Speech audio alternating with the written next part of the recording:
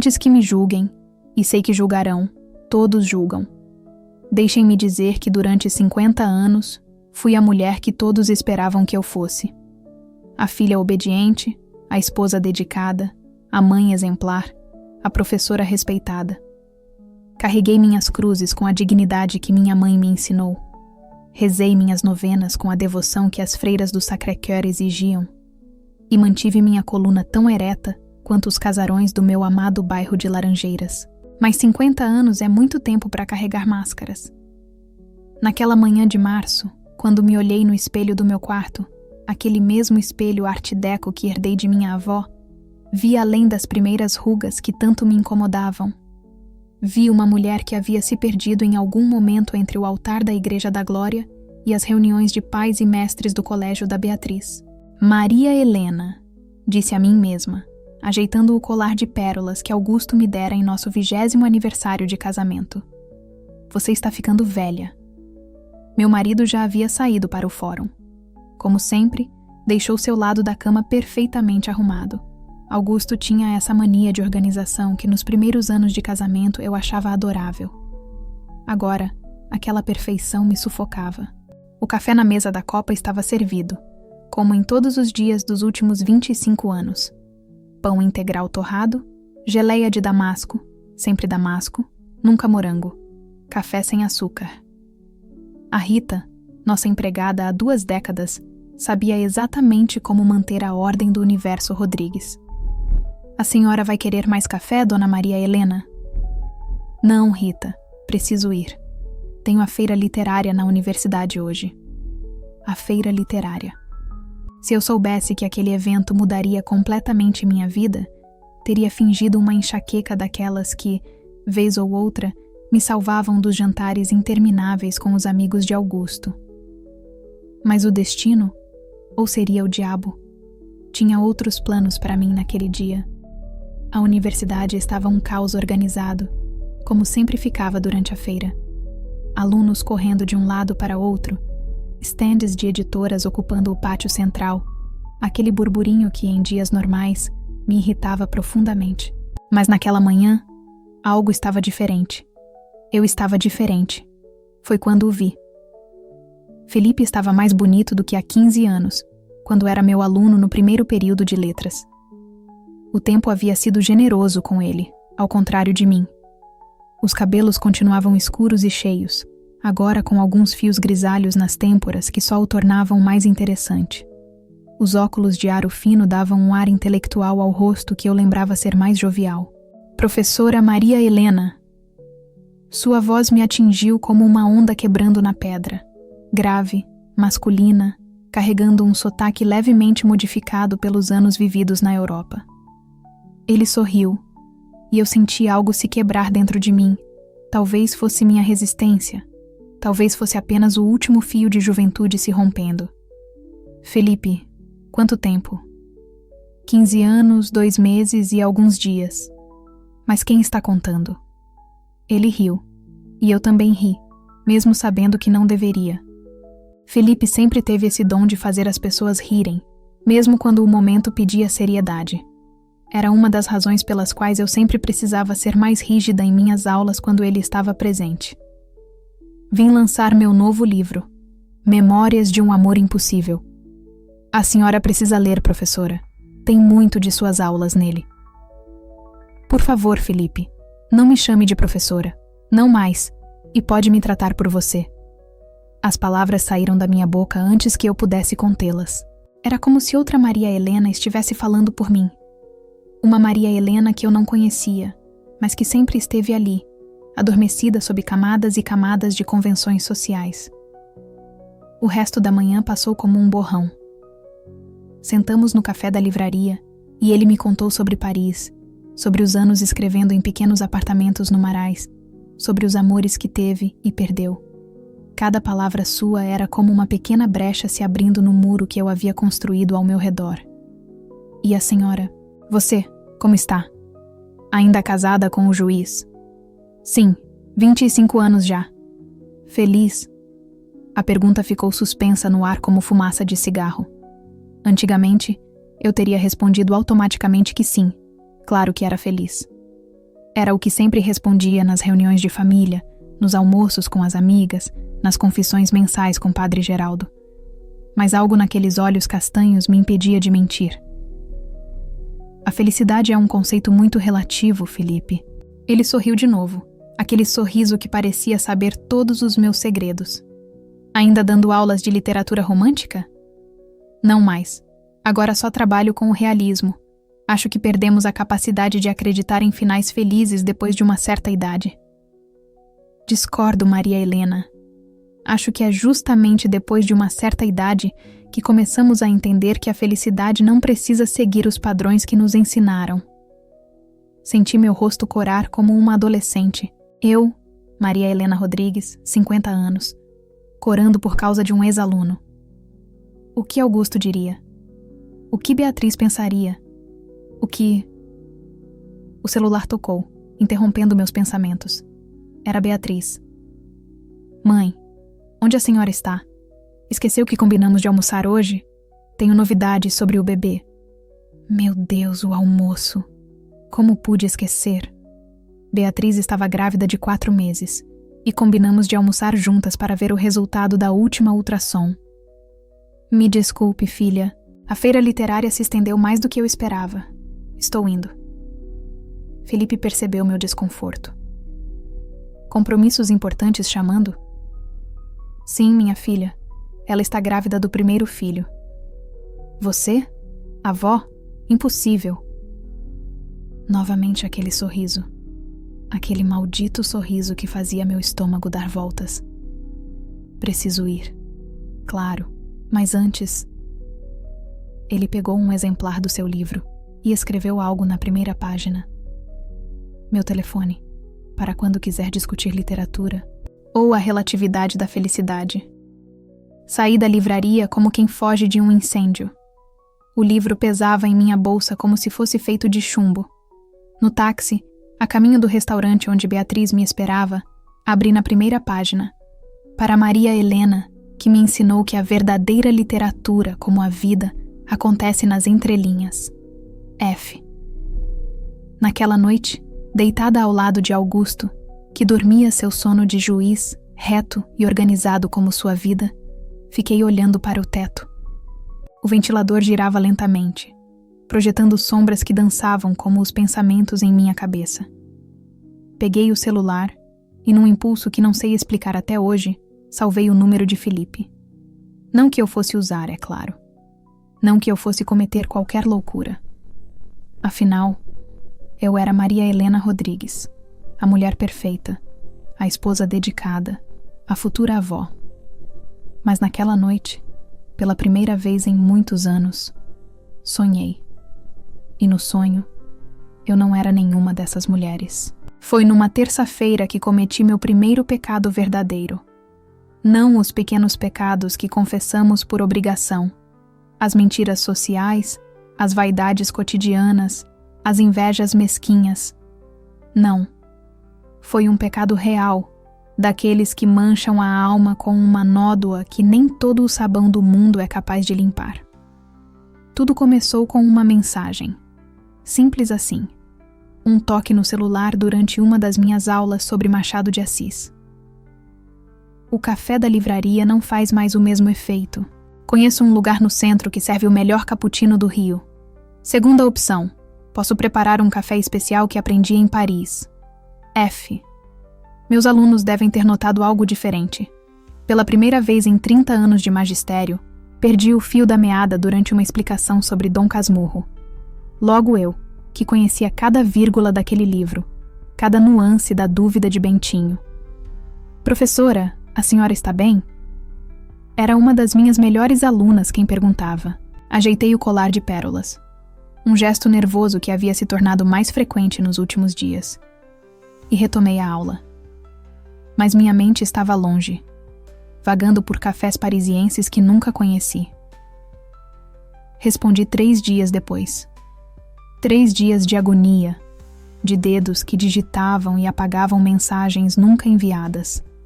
3 dias olhando para Augusto durante o jantar e me perguntando quando havíamos nos tornado 2 estranhos que apenas dividiam o mesmo endereço.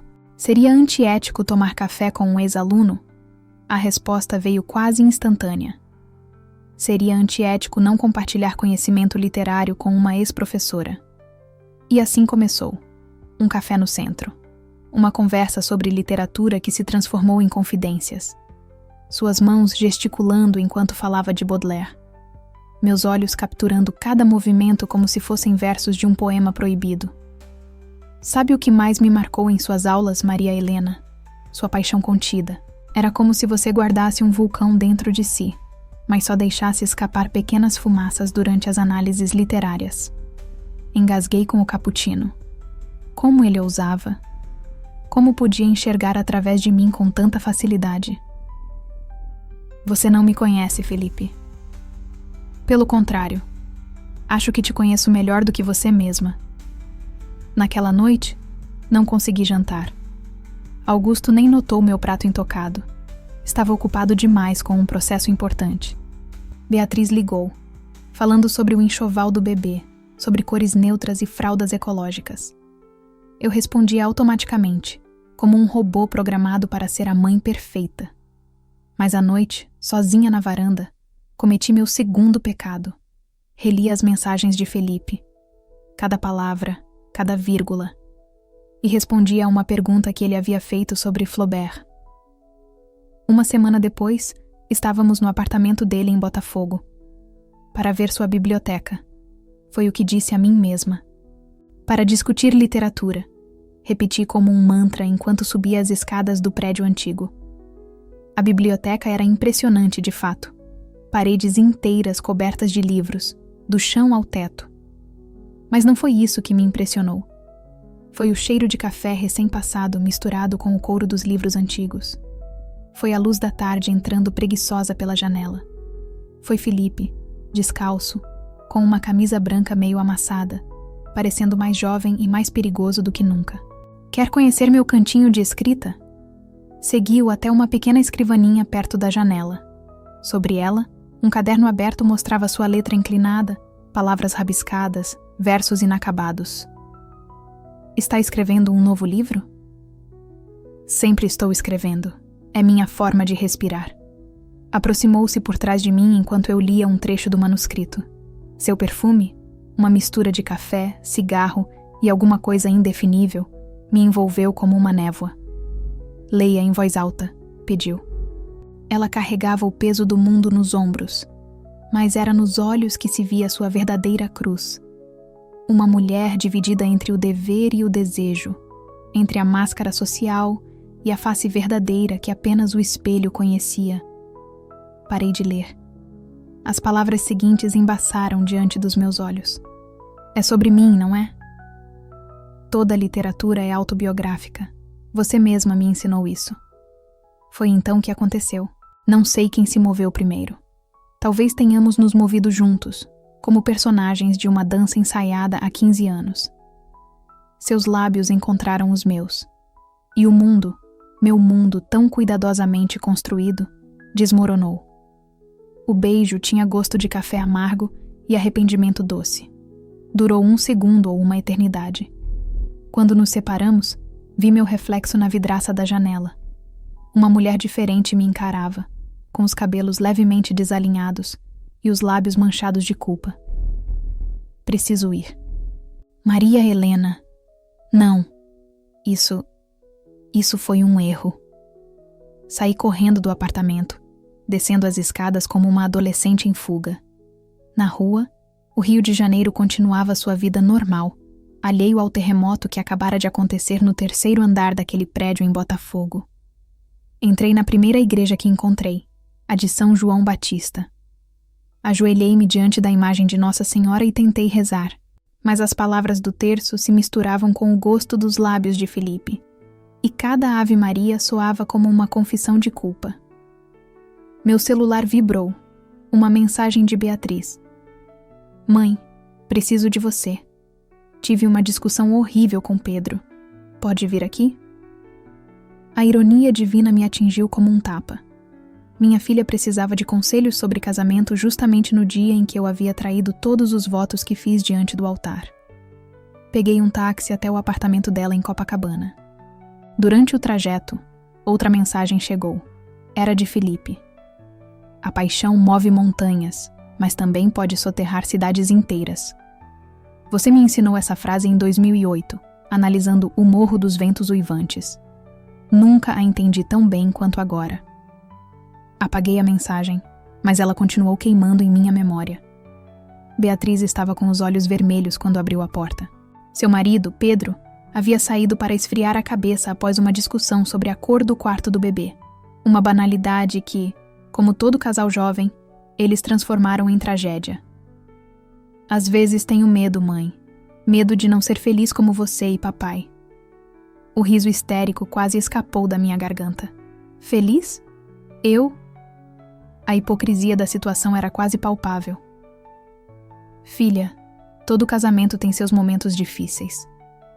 Mas você e papai, vocês são tão perfeitos juntos. Perfeitos. A palavra ecoou em minha mente como uma sentença de morte. Éramos perfeitos porque havíamos nos tornado estátuas, figuras de cera num museu de aparências. Passei a tarde consolando Beatriz, dando conselhos que soavam falsos até para mim mesma. Quando Pedro voltou, com um buquê de flores e lágrimas nos olhos, senti inveja. Inveja da capacidade deles de ainda sentirem, de brigarem por cores de quarto, de se reconciliarem com flores. Em casa, Augusto estava no escritório, como sempre. Entrei silenciosamente e o observei. Óculos na ponta do nariz, cabelos grisalhos perfeitamente penteados, a caneta Parker deslizando sobre processos intermináveis. Chegou cedo hoje, ele comentou sem levantar os olhos. Tive que resolver um problema com Beatriz. E foi só. 25 anos de casamento resumidos a um. Naquela noite, tomei um banho demorado, tentando lavar a culpa do meu corpo.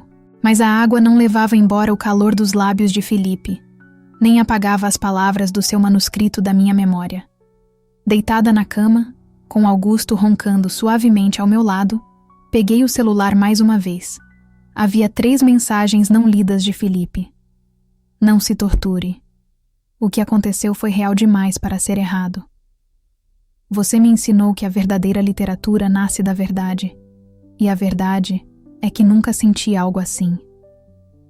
Estarei na livraria amanhã às 15 horas. Se não vier, entenderei, mas saiba que cada palavra que escrevi naquele manuscrito é sobre nós.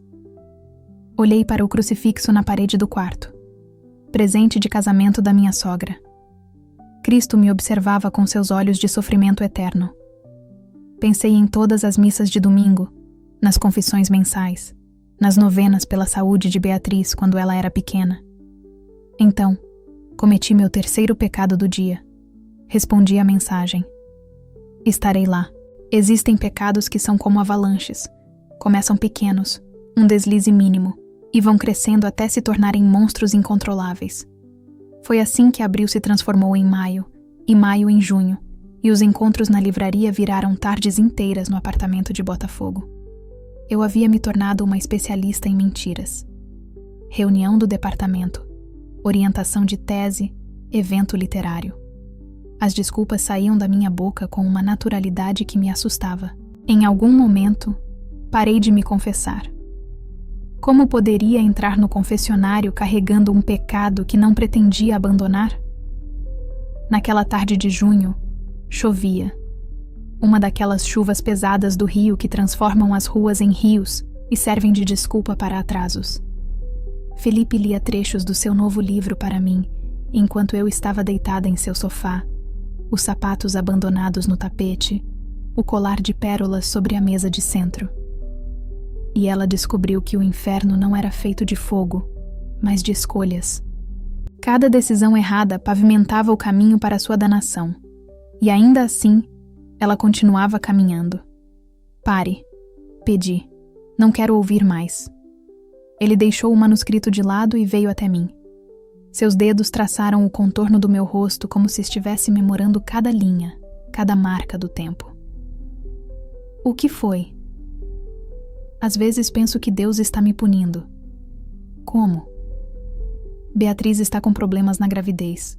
pressão alta, risco de pré-eclâmpsia. O médico recomendou repouso absoluto. Felipe sentou-se, sério. Ele sabia o quanto minha filha significava para mim. Maria Helena. Não diga nada. Não preciso de mais culpa do que já carrego. O telefone tocou nesse momento. Era Augusto. Pela primeira vez em 25 anos, ele estava me ligando no meio da tarde. Onde você está? Seu tom de voz me fez sentar imediatamente. Algo estava errado. Numa reunião na faculdade. Por quê? Mentira. A palavra caiu como uma bomba no meio da sala. Senti o sangue congelar nas veias. Como assim? Acabo de falar com sua chefe de departamento. Não há reunião nenhuma hoje. Na verdade, você tem faltado a várias aulas nos últimos meses. Onde você está, Maria Helena? O mundo começou a girar. Felipe tentou segurar minha mão, mas eu me afastei. Estou indo para casa. Conversamos lá. Não, você vai agora para o hospital samaritano. Beatriz teve uma convulsão. Está na emergência. O celular escorregou da minha mão. Felipe o pegou antes que atingisse o chão. Preciso ir, murmurei, já calçando os sapatos com mãos trêmulas. Eu te levo. Não, você não existe, entendeu? Você precisa deixar de existir agora. Saí correndo do apartamento, a chuva encharcando minha roupa assim que pisei na rua. Não me importei. Talvez a água pudesse lavar meus pecados. Talvez pudesse me purificar antes de entrar no hospital. No samaritano encontrei Augusto no corredor da emergência. Seu olhar era de gelo. Como ela está? Estabilizada. Pedro está lá dentro com ela. Silêncio. Um silêncio pesado, acusador. Augusto, Agora não, ele cortou. Nossa filha precisa de nós. O médico saiu do quarto nesse momento. O diagnóstico era grave. Pré-eclâmpsia severa. Precisariam fazer uma cesariana de emergência, mesmo com apenas 7 meses de gestação. Mas é muito cedo, exclamei. É isso ou corremos o risco de perder os dois? O médico foi direto. Entrei no quarto. Beatriz estava pálida. Tubos e monitores por toda parte. Pedro segurava sua mão, chorando silenciosamente. Mãe, ela sussurrou quando me viu. Estou com medo. Segurei sua mão, a mesma mão que eu segurei quando ela deu seus primeiros passos, quando teve sua primeira desilusão amorosa, quando caminhou até o altar. Vai ficar tudo bem, meu amor. Mamãe está aqui. Mas será que eu merecia dizer isso? Será que tinha o direito de me chamar de mãe depois de tudo que havia feito? A cirurgia foi marcada para daqui a 2 horas. Saí do quarto para tomar um café, mas Augusto me seguiu. Agora podemos conversar. Entramos numa sala de espera vazia. Ele tirou um envelope do bolso do paletó. Isso chegou no meu gabinete hoje. Fotos suas. Entrando num prédio em Botafogo. Saindo de lá horas depois com a roupa amarrotada. Meu mundo desabou pela 2ª vez naquele dia. O marido de uma das suas alunas. Achou que estava me fazendo um favor. Caí sentada numa das cadeiras de plástico. Por que, Maria Helena? Por que destruir tudo que construímos? Construímos? Minha voz saiu mais alta do que pretendia. Que construímos, Augusto? Um mausoléu de aparências? Um casamento que é mais frio que os seus processos? Baixe a voz, ele sibilou. Nossa filha está ali do lado, lutando pela vida dela e do nosso neto. Neto. A palavra me atingiu como um tapa. O que eu estava fazendo? Que tipo de avó eu seria? Me perdoa, murmurei, as lágrimas finalmente caindo. Me perdoa, por favor. Augusto se sentou ao meu lado, parecendo subitamente velho e cansado. Sabe o que é pior? Eu sabia. Há semanas. Os horários estranhos, o celular sempre guardado, aquele perfume diferente. Mas fingi não ver. Porque era mais fácil. Porque quebrar a rotina significaria admitir que falhamos. Nós falhamos há muito tempo, Augusto. Só fingimos que não. Ele tirou os óculos e esfregou os olhos. Quem é ele? Importa? Importa saber se jogou fora 25 anos por alguém que vale a pena. Antes que pudesse responder, Pedro apareceu na porta. Eles estão levando a Bia para a cirurgia. Corremos para o centro cirúrgico. No caminho peguei meu celular. Havia 10 mensagens de Felipe. Me avisa como ela está. Estou preocupado. Maria Helena, por favor. Te amo. Bloqueei seu número. As próximas 4 horas foram as mais longas da minha vida. Rezei todas as orações que conhecia, prometi todos os sacrifícios possíveis. Augusto permaneceu ao meu lado, sua presença uma mistura de conforto e acusação. Finalmente, o médico apareceu. A cirurgia foi um sucesso, tanto a mãe quanto o bebê estão estáveis. Pedro caiu de joelhos, chorando. Augusto abraçou o genro. Eu permaneci parada, as pernas bambas. Querem conhecer o pequeno Miguel? Na UTI neonatal, olhei através do vidro para aquele ser minúsculo, lutando pela vida dentro de uma incubadora. Meu neto. Tão pequeno, tão frágil, tão inocente. Ele é lindo, sussurrou Augusto. Sim, é. Foi então que percebi. Algumas escolhas não são realmente escolhas. São destinos que precisamos aceitar. Cruzes que precisamos carregar. Peguei meu celular uma última vez e com dedos trêmulos digitei uma mensagem. Adeus, Felipe. Que Deus me perdoe, mas preciso escolher minha família. Depois, quebrei o chip do telefone e o joguei no lixo do hospital. É curioso como o tempo passa de maneira diferente nos hospitais. Os dias se arrastam entre corredores brancos e bips de aparelhos. Mas as semanas voam como folhas ao vento. Miguel completou 1 mês de vida ontem, ainda na incubadora, mas cada dia mais forte, mais vivo. Beatriz se recuperou bem da cirurgia. A pressão está controlada, e os médicos dizem que em breve poderá levar o bebê para casa. Pedro não saiu do seu lado nem por 1 minuto. Às vezes o flagro olhando para ela com tanto amor que meu coração dói. Dói porque reconheço ali algo que perdi, ou talvez nunca tenha realmente tido. Augusto e eu estabelecemos uma trégua silenciosa. Não falamos sobre as fotos, sobre as mentiras, sobre tardes em Botafogo que agora parecem ter acontecido em outra vida. Ele continua dormindo ao meu lado, mas agora há um abismo entre nós na cama. Um abismo feito de traição e arrependimento. A senhora quer segurar ele um pouco? A enfermeira da UTI neonatal me tira dos meus pensamentos. Miguel está acordado, seus olhinhos escuros me fitando com aquela sabedoria ancestral que só os bebês possuem. Posso? Claro, vovó. Só precisa vestir o avental e higienizar as mãos. Vovó. A palavra ainda soa estranha. Como posso ser avó se ainda me sinto tão perdida, tão inacabada? Seguro Miguel com cuidado. Ele é tão pequeno que cabe perfeitamente na curva do meu braço. Seu coraçãozinho bate forte contra meu peito. Um lembrete constante de que algumas coisas são maiores que nossos pecados.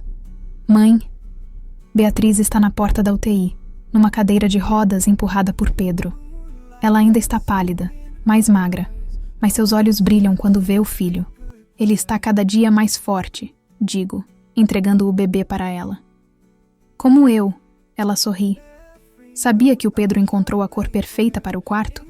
Aquela que a gente estava brigando antes. Parece tão bobo agora. Às vezes precisamos quase perder algo para dar valor. Murmuro, mais para mim mesma que para ela. À noite volto para casa sozinha. Augusto está em Brasília para um julgamento importante. A casa está silenciosa.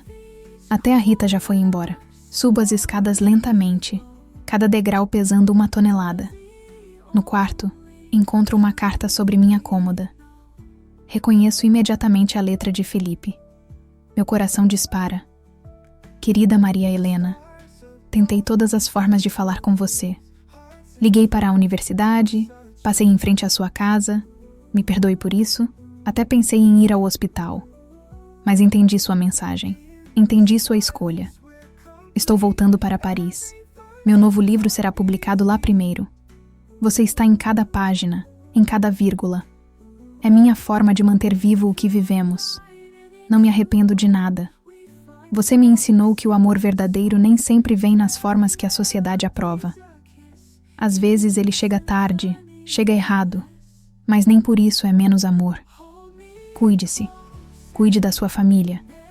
E saiba que em algum café em Paris, sempre haverá alguém escrevendo sobre uma professora de literatura que ousou viver, mesmo que por um breve momento, com amor eterno, Felipe. Leio a carta 3 vezes antes de fazer o que preciso fazer. Acendo a lareira. Sim, mesmo no calor do Rio, algumas casas antigas ainda têm lareiras. E queimo cada página lentamente. Observo as palavras se transformarem em cinzas, levando consigo os últimos vestígios daquela Maria Helena que ousou sonhar. No dia seguinte, volto à rotina. Dou minhas aulas sobre Machado, sobre Dom Casmurro e sua eterna dúvida. Mas agora, quando falo sobre Capitu, há um tremor em minha voz que os alunos notam. Professora? Pergunta uma aluna. A senhora acha que ela realmente traiu? Paro por um momento, ajeitando o colar de pérolas, um gesto que agora carrega o peso de 1000 segredos. A traição, respondo finalmente, nem sempre é o que parece. Às vezes traímos a nós mesmos muito antes de trair os outros. Os meses passam. Miguel vem para casa, cresce forte e saudável. Beatriz e Pedro se mudam para um apartamento maior, mais próximo de nós. Aos domingos, a família se reúne para almoçar, uma tradição que mantemos religiosamente, como se nossos pecados pudessem ser lavados com vinho e conversas amenas. Augusto e eu continuamos juntos. Não por amor, talvez nem por conveniência, mas por algo mais profundo. A compreensão mútua de que algumas feridas não precisam ser curadas, apenas aceitas. Às vezes, nas noites de insônia, abro a janela do quarto e olho para a cidade. O rio continua lá, imenso e indiferente aos nossos dramas particulares. Em algum lugar, um jovem escritor conta nossa história em cafés parisienses. Em algum lugar, uma outra Maria Helena está descobrindo que a vida começa aos 50. Mas aqui, neste quarto, nesta vida que escolhi manter, sou apenas uma mulher que carrega suas escolhas como um terço, conta por conta, pecado por pecado, perdão por perdão. Miguel completou 1 ano na semana passada. Durante a festinha, pequena só para a família, ele deu seus primeiros passos, cambaleando entre os móveis da sala. Todos bateram palmas, fizeram vídeos, celebraram o momento. Eu observei de longe, segurando minha taça de vinho, pensando em como a vida é feita de ciclos. Enquanto meu neto aprende a andar, eu aprendo a ficar parada. Enquanto ele descobre o mundo, eu aceito os limites do meu. Vovó, tira uma foto com o Miguel, Beatriz chama, animada. Pego meu neto no colo, sorrio para a câmera. O flash dispara, capturando uma imagem que um dia será guardada em álbuns de família. A avó exemplar, a matriarca perfeita, a mulher que escolheu o dever acima do desejo. Mas se olharem com atenção, verão nos meus olhos um brilho diferente. O reflexo de uma tarde chuvosa em Botafogo. O eco de um beijo com gosto de café amargo. A sombra de uma mulher que, por um breve momento, ousou ser simplesmente Maria Helena. Dizem que todo pecado tem seu preço. O meu foi a vida que não vivi. O amor que não permiti florescer. A liberdade que provei e depois guardei numa caixa de memórias proibidas. Mas quando Miguel me abraça, quando sinto seu coraçãozinho batendo contra meu peito, sei que fiz a escolha certa. Porque alguns amores são como cometas. Brilham intensamente, mas são feitos para passar. Outros são como estrelas fixas, menos espetaculares, talvez, mas eternos em sua constância. E assim termino esta confissão, não para me absolver, mas para entender. Para aceitar que aos 50 anos cometi um pecado, sim, mas também descobri que o verdadeiro pecado seria viver uma vida inteira sem nunca ter sentido o gosto do que poderia ter sido.